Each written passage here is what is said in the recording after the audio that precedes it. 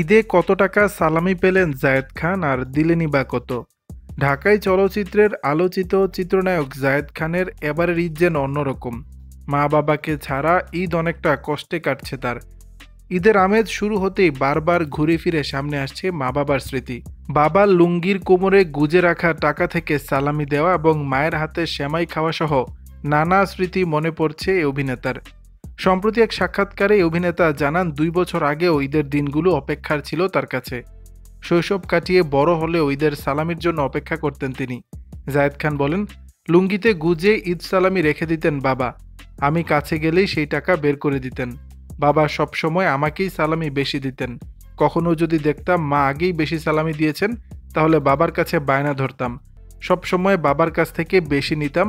এসব এখন মনে পড়তেই ভীষণ কষ্ট লাগছে। তিনি বলেন, ঈদের দিন ঘুম থেকে ওঠার পরই অভ্যাস ছিল মায়ের হাতে রান্না করা সেমাই, ফিরনি ও জর্দা খেতাম। মায়ের সঙ্গে অনেক ক্লোজ ছিলাম। মায়ের সঙ্গে সবসময় ঈদ করা হতো। দেখা যেত ঈদের সালামি নিয়ে তার সঙ্গে খুনসুটিও করতাম। ২ বছর হয় মা নেই। এখন দেখা যায় ঈদের সময় বাইরে খুব একটা যাওয়া হয় না, বাসাতেই থাকি। গতকাল বাইরে বের হয়েছিলাম, বড় ভাইয়ের বাসায় গেলাম। খুব বেশি বের হওয়া হয় না। ছোটদের সালামি দিতে হয় আর বড়রা আমাকে দেন, এজন্যই বের হতে চেয়েছিলাম। এই অভিনেতা এবারের ঈদে আগের ঈদের মতো সালামি পেয়েছেন। বড় ভাই, বোন, দুলাভাই ও অন্যদের কাছ থেকে সালামি পান তিনি। তবে এবার ঈদে কত টাকা সালামি পেয়েছেন সেটি জানাতে চাননি তিনি। বলেন, এটা তো বলা যাবে না।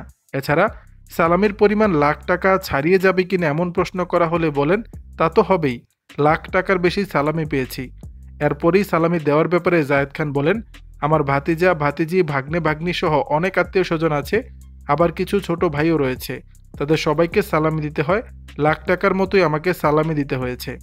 দর্শক, বিষয়টি নিয়ে আপনাদের মতামত জানাবেন নিচের কমেন্ট বক্স।